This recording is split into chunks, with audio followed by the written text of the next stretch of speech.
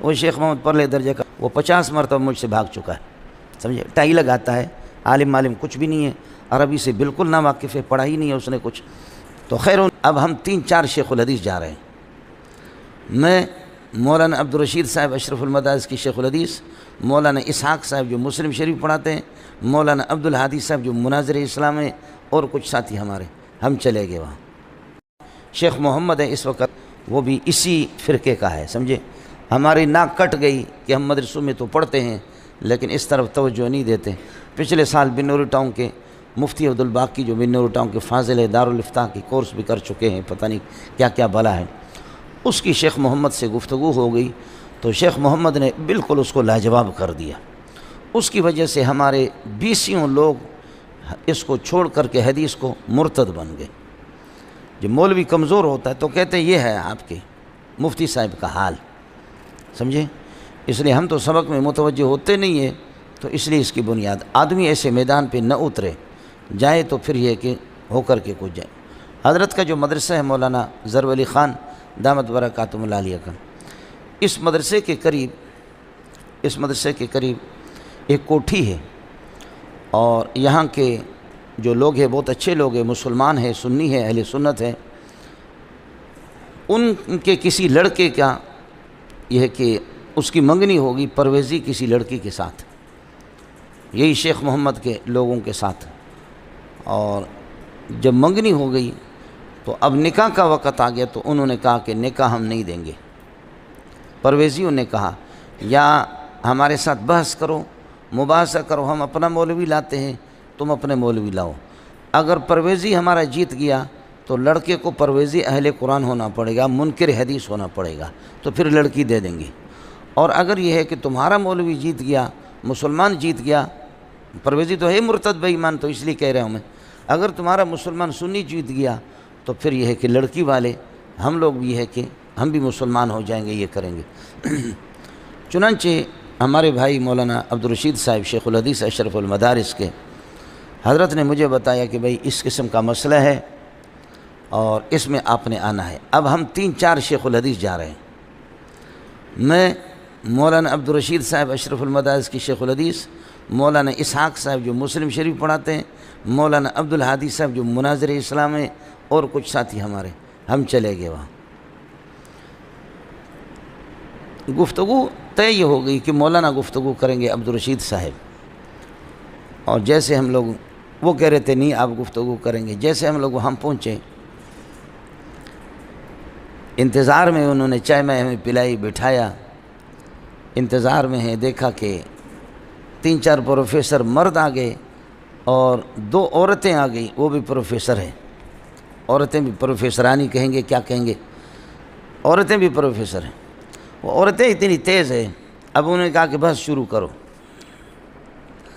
حضرت سے میں نے عرض کیا کہ خواتین کے ساتھ ہم خواتین سے کیا گفتگو کریں گے، اگر ہم جیت بھی جائیں گے تو تب بھی ذلت ہے ہمارے لیے کہ تم نے کون سے عالم سے بحث کی، اور اگر ہار گئے، خاتون کسی خاتون نے ہمیں ہرایا تو ہمارے جیسے رسوا کوئی نہیں ہوگا کائنات کے اندر۔ اس لیے میں نے قسم اٹھائی کہ میں گفتگو نہیں کرتا، آپ کر لیں۔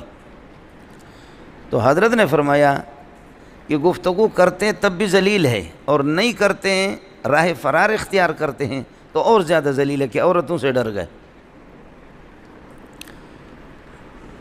اب گفتگو کرنی ہے، میں نے کہا آپ گفتگو کر لیں، میں آپ کو آہستہ آہستہ اشارہ دیتا جاؤں گا، آپ گفتگو کریں۔ تو حضرت نے فرمایا کہ ہاں، کس طرح آپ لوگ حدیث کو نہیں مانتے؟ تو انہوں نے کہا کہ آپ کس طرح مانتے ہیں، آپ بتائیں اس کی دلیل۔ تو مولانا نے فرمایا کہ قرآن اللہ کا کلام ہے، اور اس کی وضاحت کے لیے حدیث ضروری ہے، حدیث اس کی تشریح ہے، اس کے بغیر کیسے قرآن؟ تو اس خاتون نے کہا الف لام را تلک آیت الکتاب المبین۔ مولانا ابانا یبین و ابانتاً سے مبین کا معنی کھلم کھلا، بالکل واضح، بالکل واضح، بالکل واضح۔ جو چیز مکمل واضح ہے، اب سورج کے لیے اور کون سی چراغ لائیں گے دکھانے کے لیے؟ قرآن بالکل واضح ہے، اس کے لیے کس وضاحت کی ضرورت ہے؟ بل ہوا آیت بینات، کیوں ہے؟ بینات بالکل واضح۔ مولانا غریب حافظ نے یہ حضرت نے فرمایا کہ یہ عربی میں ہے اور موجز کلام ہے، مختصر ہے، تو اس نے کہا اعجمی و عربی، کیا عربی کیا اعجمی، دونوں برابر ہے، سب اس کو سمجھتے ہیں۔ حالانکہ اس آیت کا مقصد ہی یہ نہیں ہے، لیکن اس خاتون نے مغالطہ دیا حضرت کو۔ اب چونکہ حضرت حافظ ہی نہیں ہے، یہ آیت اللہ آپ کا بھلا کریے کہ 24ویں پارے کے آخر میں بھی ہے اور یہ آیت 14ویں پارے میں بھی ہے۔ سیاق و سباق سے جو آدمی ترجمہ پڑھاتا ہے، تفسیر پڑھاتا ہے اس کو، ورنہ اس نے ایسا مغالطہ دیا اعجمی و عربی، کیا عربی کیا اعجمی، بل کلاہما یستویان، دونوں اس میں اعجمی عربی برابر ہے، سب اس کو آسانی سے سمجھ سکتے۔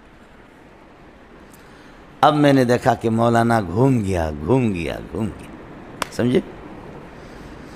یہ ہے جی، اس اگر ایسے کر کے ہم لوگ بیٹھ جاتے ہیں نا تو پھر یہ ان لوگوں نے کچھ پڑھا بھی نہیں ہے، سمجھے؟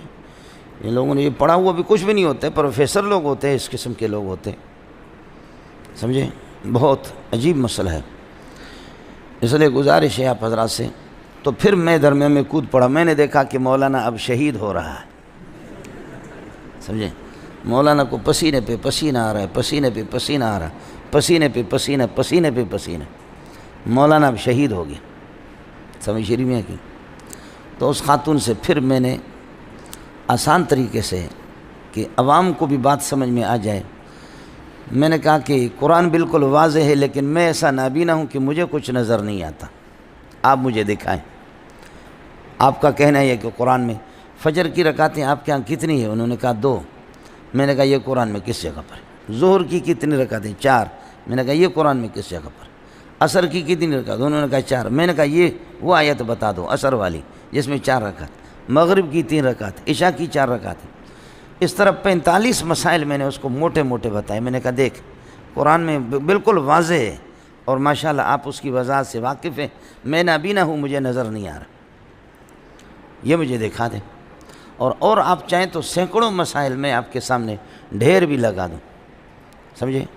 اب انہوں نے کہا کہ آپ ہمیں وقت دے دیں، آپ ہمیں وقت دے دیں، ہم شیخ محمد کو لے کر آئیں گے۔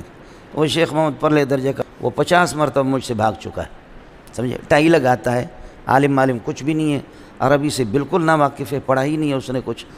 تو خیر انہوں نے کہا کہ 1 ہفتے تک آپ ہمیں مہلت دے دیں۔ میں نے کہا اس وقت تو لکھ دو کہ ہم ہار گئے،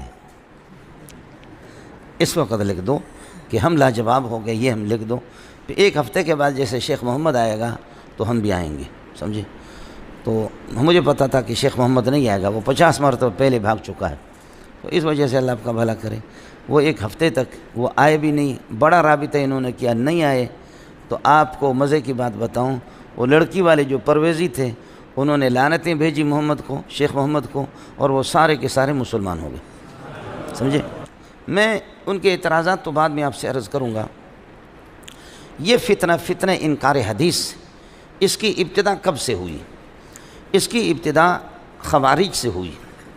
سب سے پہلے خوارج جو حضرت علی کے سامنے آ کر کے کہتے تھے، آپ نے نفحۃ العرب میں پڑھا ہے، ان الحکم الا للہ، ان الحکم الا للہ، فیصلہ حکم صرف اللہ کا چلے گا، حکومت اللہ کی ہوگی، کسی اور کی بات نہیں ہے۔ خلاصہ یہ نکلا نہ نبی کی بات قابل اعتماد ہے، نہ صحابہ کی احادیث موقوفہ قابل اعتماد ہے، ان الحکم الا للہ، هو القرآن فقط۔